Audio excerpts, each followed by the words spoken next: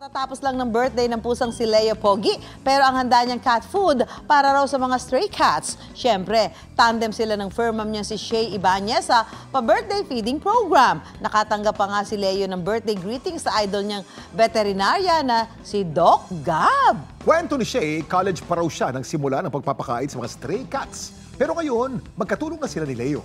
Ang good deed na yan ni Leo, may 4,000 reactions na sa Facebook. Very good naman. Sharing yung kanyang di ba? Marami akong kilalang ganyan. Nag-i-invest, bumibili ng cat food para ipakain sa mga puspin o mga Yes, pusang may Pinoy. mga kilala din akong ganyan talaga.